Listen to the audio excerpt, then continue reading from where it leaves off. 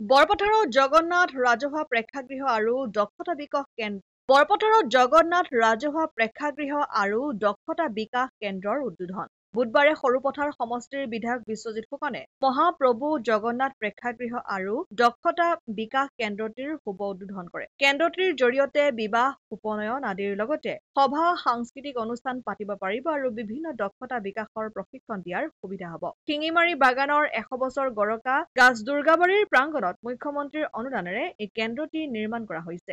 আজি আমি বৰপথাৰ চহৰৰ লগতে থকা শিঙিমাৰী বাগানত জগন্নাথ স্কিল চেণ্টাৰ আৰু উদ্বোধন কৰিলোঁ।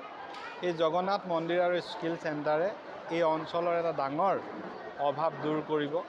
শিঙিমাৰী বাগানত থকা শতবৰ্ষ গৰকা গাছ দুৰ্গাবাৰীৰ যি মন্দিৰ আছে, এই মন্দিৰৰ লগতে আজি জগন্নাথ স্কিল চেণ্টাৰ হৈছে, এটা ধুনীয়া অডিটৰিয়াম হৈছে, ইয়াত 2টা ৰুমো আছে। আমি এই জগন্নাথ মন্দিৰ নিৰ্মাণ কৰিবলৈ অনুদান দিয়াৰ বাবে মাননীয় মুখ্যমন্ত্ৰী মহোদয়ক ধন্যবাদ জনালোঁ। সৰুপথাৰৰ পৰা পৰাণ গোস্বামীৰ ৰিপৰ্ট, অসম আদিত্য।